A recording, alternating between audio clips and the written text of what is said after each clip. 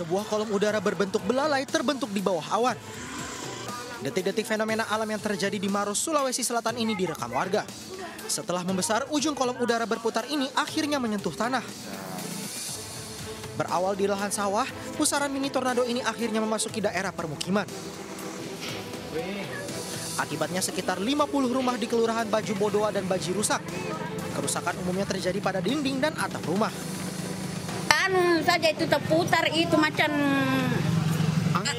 Iya, sekali hujan angin saja terputar. Terpusing iya. Kerusakannya itu Pak umumnya parah karena umumnya atap rumah warga itu terangkat, hilang. Bahkan kita bisa lihat sendiri Pak, ada yang sampai di sutet tadi.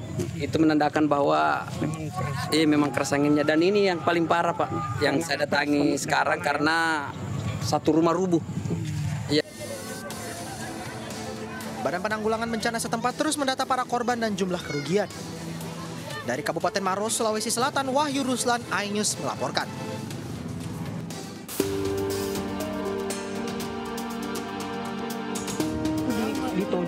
Ditonjok arah sini gitu, apa ditendang? Ditendang iya. Kisah pilu dialami oleh Reni, 37 tahun, seorang tenaga kerja wanita asal Desa Kedokan Bunder, Kabupaten Indramayu, Jawa Barat. Dalam unggahan di media sosial, terlihat korban mengalami luka serius di sekujur tubuhnya. Bahkan saat diperiksa tim medis, korban juga mengalami gangguan telinga akibat penyiksaan. Diketahui korban bekerja sebagai buruh migran di Taiwan selama 14 bulan. Saat ini korban masih berada di Taiwan dan pihak keluarga pun meminta pertolongan kepada pemerintah agar Reni bisa dipulangkan ke kampung halaman di Indramayu. Saya langsung mengadukan pengaduan ke BP2MI Indramayu agar secepatnya memberikan pemulangan saudara Reni sambil menunggu proses hukumnya maikanya dan diberi hak-haknya Ibu Reni baik gaji maupun asuransinya. Dan saya berharap banyak kepada pemerintah Indonesia, khususnya Ibu Bupati dan Bapak Presiden, mohon dibantu pemulangan Ibu Reni ke tanah air. Saat ini pihak keluarga bersama pihak desa serta SBMI Indramayu sudah melaporkan kejadian yang dialami Reni di Taiwan kepada Badan Perlindungan Pekerja Migran Indonesia atau BP2MI. Mereka berharap Reni dapat segera pulang ke tanah air dan majikan diproses secara hukum. Dari Indramayu, Jawa Barat, Toy Iskandar, iNews melaporkan.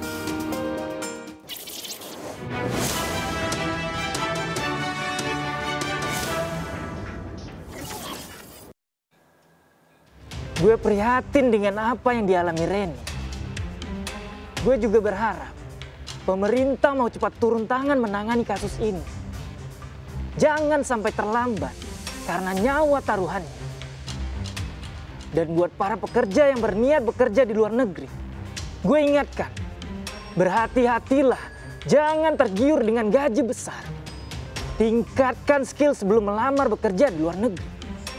Dan bekerjalah melalui jalur-jalur resmi, agar kita terpantau dan memiliki kekuatan hukum dalam menjalani pekerjaan.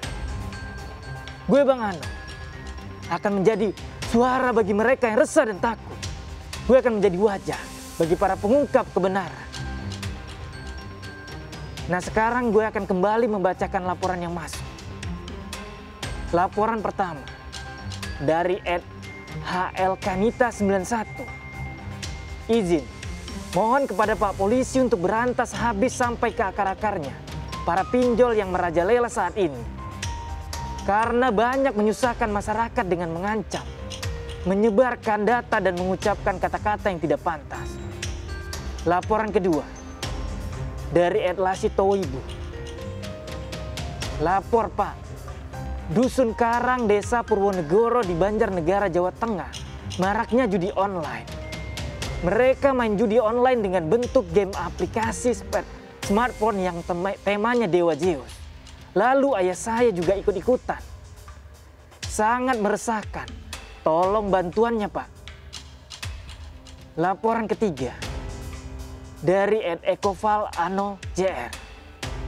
Pak, di Jalan Sinar Budi belakang Harmoni banyak sekali mobil parkir di pinggir jalan. Mana udah sempit ditambah mobil parkir di situ.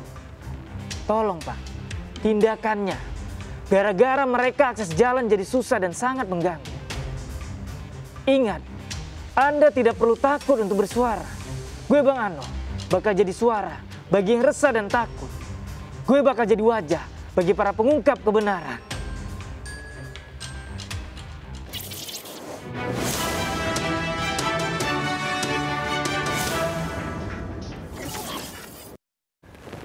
Nah, terima kasih banyak buat Bang Ano. Ini segala laporan pokoknya pemirsa boleh aduin ke kami. Nanti akan disampaikan langsung sama Bang Ano. Jadi jangan takut-takut. Betul sekali. Ada banyak ya cara untuk melaporkan gitu ya, melalui lapor polisi iNews TV tentunya ya. Ya, pemirsa, ini ada mahasiswa Fakultas Teknik dan FKIP Universitas Patimura Ambon, Maluku terlibat tawuran. Iya, dan kedua kelompok mahasiswa ini saling serang dan melempar batu satu sama lain hanya karena saling ejek saat makan. Nah, lagi-lagi baper pemirsa. Informasi selengkapnya akan kami hadirkan sesaat lagi pemirsa. Tetaplah bersama kami di Lapor Polisi. Anda lapor, kami sampaikan.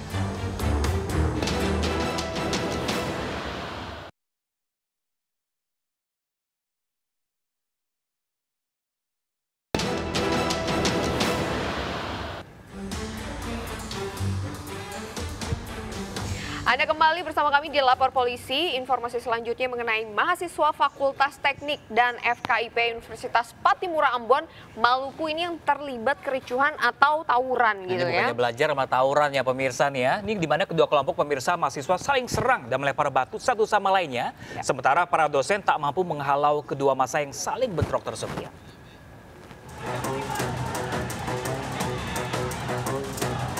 Ratusan mahasiswa dari Fakultas Teknik dan FKIP Universitas Patimura Ambon Maluku terlibat bentrok, saling lempar batu oleh kedua kelompok mahasiswa tak terelakkan. Sebelumnya bentrok terjadi pada pukul 10 waktu Indonesia Timur dan sempat terhenti. Namun di saat kedua kelompok massa mulai bertambah, bentrok susulan terjadi lagi pukul 13 waktu Indonesia Timur. Aparat kepolisian dan dosen yang mencoba menghalau massa tak bisa berbuat apa-apa lantaran kalah jumlah. Akibat bentrokan ini sejumlah mahasiswa terluka terkena lemparan batu dan segera dibawa ke rumah sakit untuk mendapat pertolongan medis. Pihak kampus akan mengusut dan memanggil pihak-pihak terkait yang terlibat kericuan untuk diproses sebagaimana mestinya.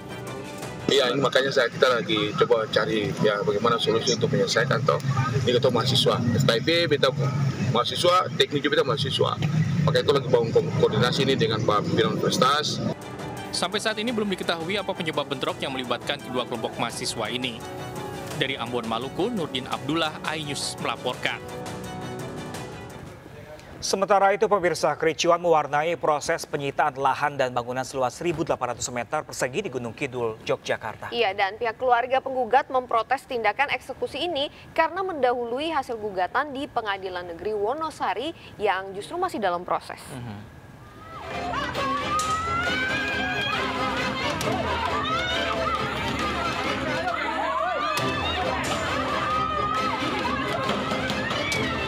Proses penolakan eksekusi penyitaan lahan dan bangunan seluas 1.800 meter persegi milik Eko Haryanto warga Ngawe, Gunung Kidul, Yogyakarta diwarnai kericuhan. Pihak keluarga tergugat menolak proses eksekusi karena mengklaim Pengadilan Negeri Wonosari masih memproses gugatan perdata tersebut. Kuasa hukum keluarga, Agus Anton Surono, mempertanyakan alasan eksekusi yang terkesan tergesa-gesa, padahal sudah ada niat baik dari pihak Eko untuk membeli kembali lahan ini dari pemenang lelang saat proses gugatan masih berjalan. Pemberitahuan, memang kita ada pemberitahuan dan kita juga menawarkan itikat baik untuk membeli kembali aset lelang, namun dari pihak pemenang lelang atau tergugat itu tidak mau menyerahkan seperti itu.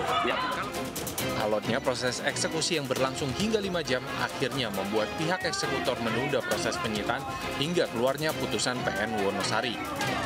Sebelumnya, diketahui Eko Haryanto melelangkan sertifikat tanah seluas 1.800 meter persegi kepada Bank BTPN Gunung Kidul. Namun, pada prosesnya, Eko mengalami kesulitan pembayaran semasa pandemi. Namun, dia menyanggupi kembali melanjutkan pembayaran cicilan di Januari 2022. Kejanggalan muncul pada saat Eko mendapati pihak Bank BTPN sudah melelang sertifikat tanahnya dan mendapati pemenang lelang atas nama Mahdian Mukaram. Kini proses gugatan masih menunggu hasil dari Pengadilan Negeri Wonosari. Dari Gunung Kidul, Yogyakarta, Kismaya Wibowo, iNews melaporkan. Dan pemirsa, informasi tadi sekaligus mengakhiri lapor polisi hari ini. Terima kasih sudah menyaksikan Lapor Polisi. Iya, bagi Anda yang ingin memberikan aspirasi, keluhan, laporan, dan juga apresiasi kepada pihak kepolisian di seluruh Nusantara, kami juga membuka laporan pengaduan yang bisa Anda akses kapanpun, dimanapun ya, melalui sejumlah channel kami, yaitu bisa di Instagram resmi, @lapor_polisi_iNewsTV dan juga @official iNewsTV. Nah, pemirsa, Anda juga bisa melapor pemirsa melalui alamat email kami di laporpolisi.inews@gmail.com pemirsa. Bersama saya Pram Senjaya dan rekan saya. Saya Anita Mai, kita pamit undur diri. Sampai jumpa, Lapor Polisi. Anda lapor, kami sampaikan.